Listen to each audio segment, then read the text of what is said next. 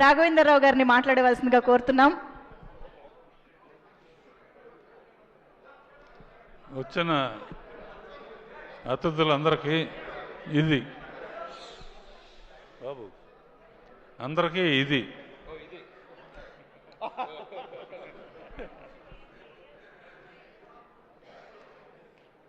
ఇది ఎలా ఉందంటే సంక్రాంతి సినిమా అంటున్నారు. సంక్రాంతి ఎస్తో స్టార్ట్ అవుతుంది. Producer Saaho S, Sushmita S, 2 ఎస్సులు కలిస్తే ఎంత సూపర్ హిట్గా కాకుండా ఏమవుతుంది? అండ్ చిన్నప్పటి నుంచి చూస్తున్నా సుస్మితని. ఇటువంటి పెద్ద హిట్ రావటం అమ్మా నీ బాధ్యత ఇంకా బాగా పెరిగింది. సాహో నీకు కూడా, అండ్ మీ ఫాదర్ని కూడా అడిగానని చెప్పు. చిరంజీవి గురించి ఏం చెప్తాను నేను?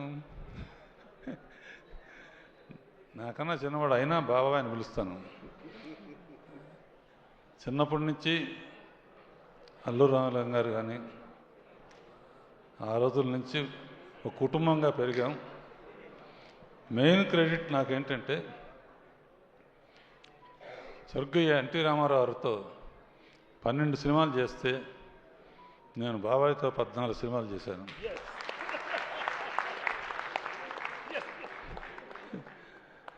ఇప్పుడు ఏంటంటే జగదేకవీరుడు ఆయనే, అతిలోక సుందరి ఆయనే.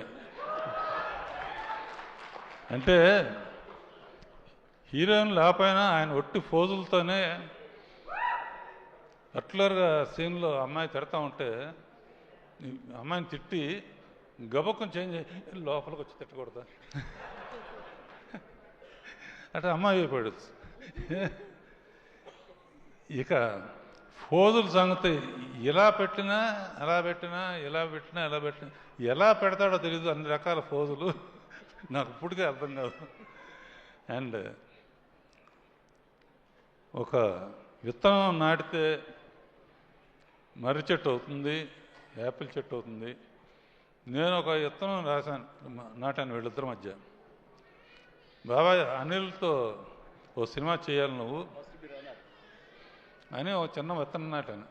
యాపిల్ చెట్టు వస్తుంది అనుకున్నాను, కానీ వటవృక్షం అయిపోయి మర్రి చెట్టు అయిపోయింది. మరి ఎంతమంది నీళ్లు పోసారో, అమృతం పోసారో ఏం తెలుసు. అండ్ యూ డిజర్వ్ ఇట్ బాబాయ్. ముఖ్యంగా మా వెంకీ, ఇతని ಏನಪ್ಪಾ ಏನು ಇದು ಮಾದರಿ వెంకీ గౌడు ఎల్లింద బందిరి అంటే కన్నడంలో మొదలుపెట్టి నువ్వు కూడా ఎండ్లో జాయిన్ అవటం అనేది సినిమా దుమ్ము దులపటానికి కారణమైంది. అండ్ ఎంటర్టైన్మెంట్ మీ ఇద్దరు కలిసి పోటీ పడి చేశారంటే అంటాం అంటాం. నాకు ఇందాక కారు అనిల్ నీకు ఇచ్చారే, అనిల్ ఏ సినిమాకైనా సరే ఇప్పుడు వరకు నేను అన్ని సినిమాలకి షీల్డ్స్ ఇవ్వడానికో దేనికి వస్తూ ఉంటాను. వాళ్ళు ఊరు వెళ్ళాను ఇందాక చెప్పాను.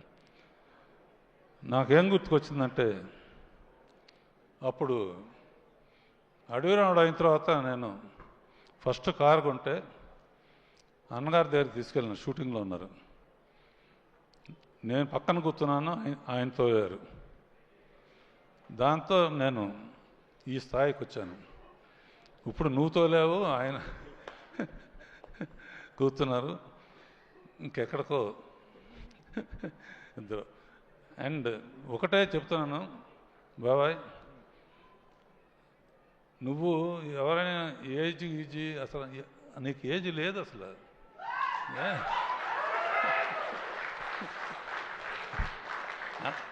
అందరూ నన్ను అడుగుతారు, మా ఇంట్లో వాళ్ళు కానీ బయట అందరు కానీ, ఏంటి చిరంజీవి రహస్యం ఏంటి?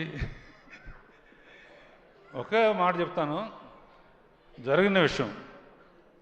సరిగ్గా 30 years బ్యాక్ దగ్గర ఇందిరా సినిమాలో ఒక సాంగ్ వేణు పెట్టుంటుంది. నేను ఏదో ఊరు వెళ్తున్నాను, ఫ్లైట్కి టైం అయింది. ఎయిటీ రూమ్లో సాంగ్ చూడమని దత్తు గారును వాళ్ళు కవర్ చేశారు. టైం లేదంటే ఆ ఒక్క సాంగ్ చూసేవాళ్ళు. ఆ ఒక్క సాంగ్ చూశాను. ఫ్లైట్ కానీ లేకపోతే తిన్నగా ఇంటికి వెళ్ళిపోయామండి. ఫోన్లో చెప్పాను, నీలాగా డ్యాన్స్ చేసేవాడు ఎవ్వరు పుట్టడు అని.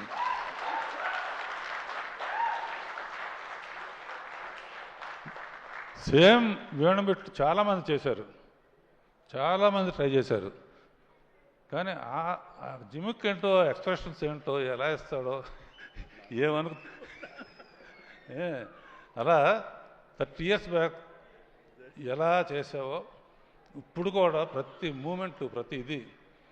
అండ్ అనిల్ ఇక చెప్పడానికి అవసరం లేదు కామెడీకి. వెంకీను చిరంజీవి కలిపి చేస్తున్నారంటే దుమ్ము దులిపేస్తారు కదా, గ్యారంటీ. నేనైతే ఒక సీన్ పెట్టామండి అనిల్, వీళ్ళిద్దరు తాగొచ్చి నయనతార దగ్గర కూర్చుంటే ఎలా ఉంటుందని.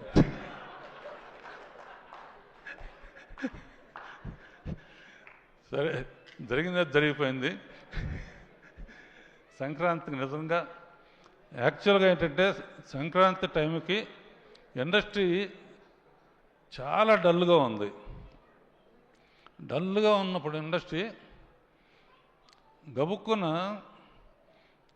హనుమంతుడు అందరూ దెబ్బతిని కినబడిపోతే అనిల్ సైగ చేశాడు.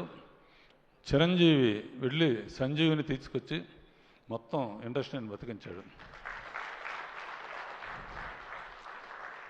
అండ్ ఇది ఫ్యాక్ట్. అనదర్ థింగ్, పోయిన పిక్చరు సంక్రాంతికి వస్తున్నప్పుడు భీమ్స్కి చెప్పాను, భీమ్స్ గుర్తుంది కదా, మాట నిలబెట్టావు. అండ్ నువ్వు కూడా సూపర్ స్టార్ మ్యూజిక్ డైరెక్టర్తో ten ten ten ten ten ten ten ten వదిలిపెట్టలేదు. Okay, all the best Saaho and everybody. బాబాయ్ వెంకీ.